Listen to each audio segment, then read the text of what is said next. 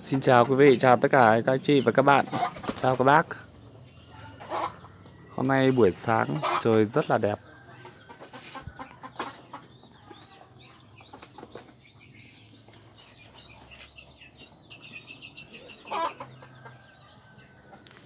Đấy, dự là hôm nay nắng to.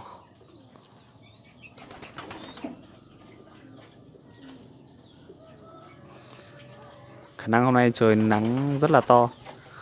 Tại vì bây giờ, sáng sớm đã thấy oi rồi. Lùng đom tản. Lùng rất xì rủi. Yên hoa lùng nhựa.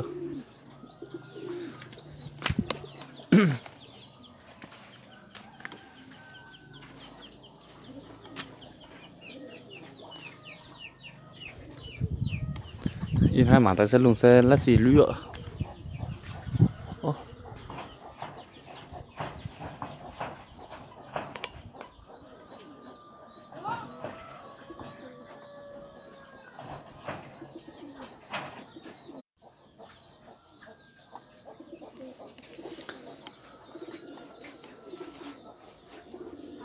Trăng mất sóng.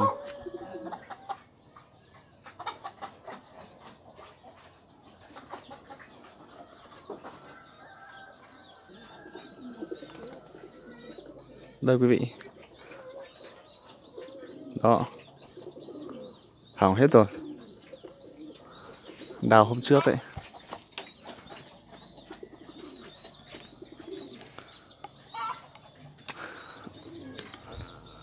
Rồi dự là hôm nay trời nắng to.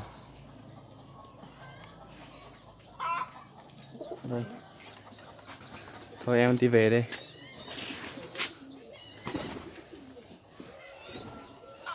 Chào buổi sáng nha. Good morning.